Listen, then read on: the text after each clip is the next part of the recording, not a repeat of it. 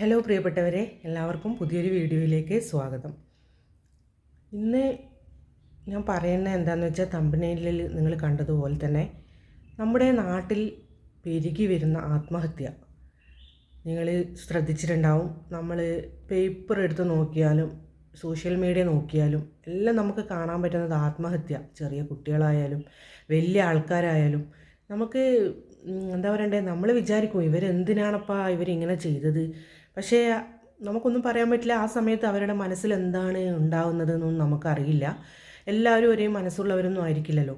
അപ്പോൾ നമ്മൾ വിചാരിക്കും ഇവരെന്തിനാണപ്പോൾ ആത്മഹത്യ ചെയ്തിട്ടുണ്ടാവുക, ഏതേ സിറ്റുവേഷൻ നമുക്ക് വന്നാൽ നമ്മളെന്താ ചെയ്യുക എന്നൊക്കെ നമ്മളിങ്ങനെ ആലോചിക്കും അല്ലേ. സത്യം പറഞ്ഞാൽ എല്ലാവരും ഒന്ന് ചിന്തിക്കുക. നമ്മളെന്ന് പറഞ്ഞാൽ നമുക്ക് ദൈവം തന്ന ഈ ജീവിതം തിരിച്ചെടുക്കാൻ ആർക്കും അവകാശമില്ല, നമുക്ക് പോലും ഇല്ല. അത് എന്ന് പറഞ്ഞാൽ തിരിച്ചെടുക്കാൻ ദൈവത്തിന് മാത്രമേ അവകാശമുള്ളൂ എന്ന് വിശ്വസിക്കുന്ന ഒരാളാണ് ഞാൻ. അപ്പോൾ നമ്മൾ എന്ത് പ്രശ്നം വന്നാലും അത് തരണം ചെയ്ത് ശരിക്കും പറഞ്ഞാൽ മുന്നോട്ട് പോവുകയല്ലേ വേണ്ടത്, എൻ്റെ ഒരു അഭിപ്രായമാണ്. പക്ഷേ ചില ആൾക്കാർ അവർക്ക് ഒന്ന് സപ്പോർട്ട് ചെയ്യാനോ അവരെ ഒന്ന് സമാധാനിപ്പിക്കാനോ ചിലപ്പോൾ ആരും ഉണ്ടായിട്ടുണ്ടാവില്ല. അതുകൊണ്ടായിരിക്കും അവർ അങ്ങനെ ആ ഒരു ഒരു ഒരു ഒരു മോശം സമയം അവർക്ക് ആ ഒരു തോന്നൽ വന്ന് അവരങ്ങനെ ചെയ്തതാവാം. അപ്പോൾ എന്ന് പറഞ്ഞാൽ നമ്മൾ എല്ലാം നമുക്ക് പഴിചാരാനും കുറ്റം പറയാനും ഒക്കെ എളുപ്പമാണല്ലേ. അവരെന്തിനാണ് അങ്ങനെ ചെയ്തത്, ഓൻ എന്താ പറയണ്ടേ, ഓനല്ലെങ്കിൽ ഓക്ക് അങ്ങനെ തന്നെ കിട്ടണം, അവരെ സ്വഭാവം ശരിയല്ല, പിന്നെ ഓൻ അങ്ങനെയായിരുന്നു, ഓൻ മദ്യപാനിയായിരുന്നു, ഓൻ വെറും കടക്കാരനായിരുന്നു, അങ്ങനെ എന്നൊക്കെ പറഞ്ഞ് ചിലവരെ ഒരുപാട് കുറ്റം പറയുന്നവരുണ്ട്. പിന്നെ പറഞ്ഞാൽ ചില ആൾക്കാർ ചിലവരെ നല്ല മനുഷ്യനായിരുന്നു, എന്തിനാ ഇങ്ങനെയൊക്കെ ചെയ്ത്, ഈ രണ്ട് തരത്തിൽ പറയുന്നവരും ഉണ്ട്. അപ്പോൾ എന്ന് പറഞ്ഞാൽ എൻ്റെ സുഹൃത്തുക്കളെ, നമ്മൾ ചിന്തിക്കേണ്ടത് എന്താണെന്ന് വെച്ചാൽ, നമുക്ക് എന്തിനും പരിഹാരമുണ്ട് അല്ലേ. ഈ ഭൂമിയിൽ എന്ന് പറഞ്ഞാൽ നമുക്ക് ആകെ ഒറ്റൊരു ജീവിതം മാത്രമേ ഉള്ളൂ. അപ്പോൾ എന്തിനും നമുക്ക് പരിഹാരമുണ്ട്. പരിഹാരം എന്ന് പറഞ്ഞാൽ നമ്മളെ അടുത്തേക്കൊന്നും വരില്ല പരിഹാരം, നമ്മളത് തേടിപ്പോകണം. നമ്മളെ സപ്പോർട്ട് ചെയ്യാൻ ആരും ഉണ്ടായിന്നൊന്നും വരില്ല, നമുക്ക് എല്ലാ സമയത്തും നമുക്ക് എല്ലാവരും ഒന്നും ഉണ്ടായിന്ന് വരില്ല. അപ്പോൾ എന്ന് പറഞ്ഞാൽ നമ്മൾ സ്വയം ചിന്തിക്കാനുള്ള കഴിവ് നമുക്ക് എല്ലാവർക്കും ഉണ്ട്. അപ്പോൾ സ്വയം ചിന്തിച്ച് അതിനൊരു ഉത്തരം കണ്ടെത്താൻ ശ്രമിക്കുക. ഈ ലോകത്തുള്ള എല്ലാവരും നമ്മളെ സ്നേഹിക്കണം എന്ന് വിചാരിച്ചാൽ നടക്കുമോ?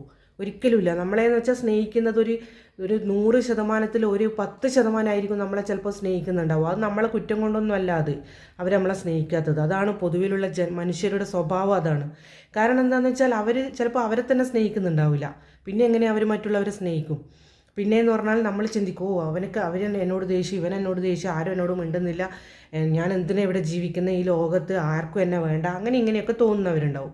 അങ്ങനെയുള്ളവർ ഒന്ന് ചിന്തിക്കുക, നിങ്ങളെ മാത്രം വിചാരിച്ച് ജീവിക്കുന്ന ഒരു കുടുംബം ചിലപ്പോൾ നിങ്ങളെ ബാക്കിലുണ്ടാവും.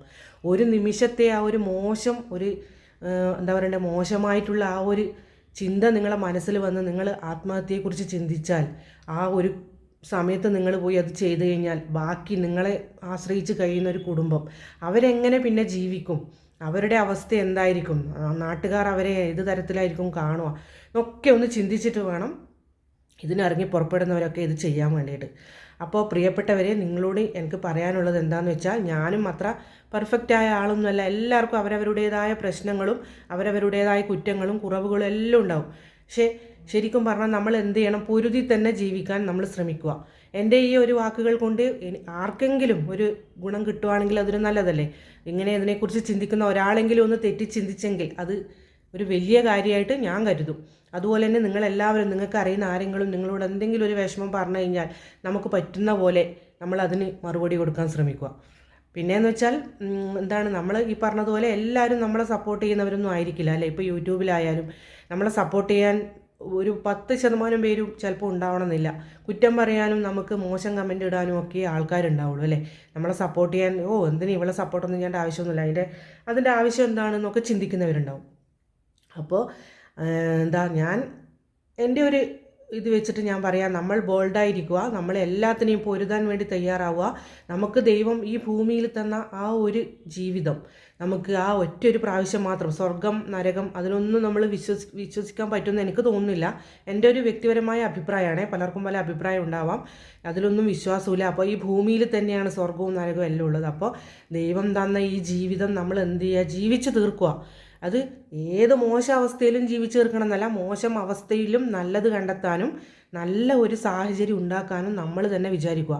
അത്രയും വിഷമഘട്ടമായിരിക്കാം നമുക്ക് ചിലപ്പോൾ നമ്മളെ ജീവിതത്തിലൂടെ കടന്നു പോകുന്നത്. ഞാനൊക്കെ അങ്ങനെ ഒരുപാട് വലിയ വിഷമഘട്ടത്തിലൂടെ കടന്നുപോയ ഒരാൾ തന്നെയാണ്. എന്നിട്ടും ജീവിക്കുന്നത് മക്കൾക്ക് വേണ്ടിയും നമ്മളെ കുടുംബത്തിന് വേണ്ടിയുമാണ് അല്ലേ. നമ്മൾക്ക് എന്തെങ്കിലും പറ്റിക്കഴിഞ്ഞാൽ നമ്മളെ മക്കൾക്ക് ആരാണെന്നുള്ള ചിന്തയാണ് നമ്മളെ മനസ്സിലേക്ക് ആദ്യം തന്നെ കടന്നു വരുന്നത്. മക്കളെ ഒന്ന് അവരുടെ ഫ്യൂച്ചർ അല്ലെങ്കിൽ അവരെ ഒന്ന് സെറ്റിൽഡ് ആക്കുക, ആ ചിന്തയൊക്കെയാണ്.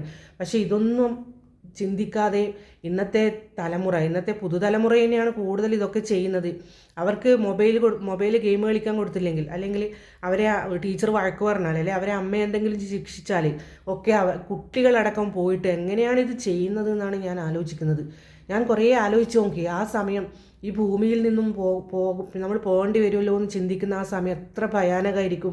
എന്നിട്ടും അവരത് ചെയ്യുന്നുണ്ടെങ്കിൽ ആ ഒരു നിമിഷം അവരെ ഒന്ന് ആശ്വസിപ്പിക്കാൻ അവർക്കൊരാൾ ഇല്ലാണ്ടായി പോയല്ലോ എന്നുള്ള ചിന്തയാണ് ഞാനൊക്കെ ശരിക്കും ഞാനിപ്പോൾ അതാണ് ആലോചിക്കുന്നത്.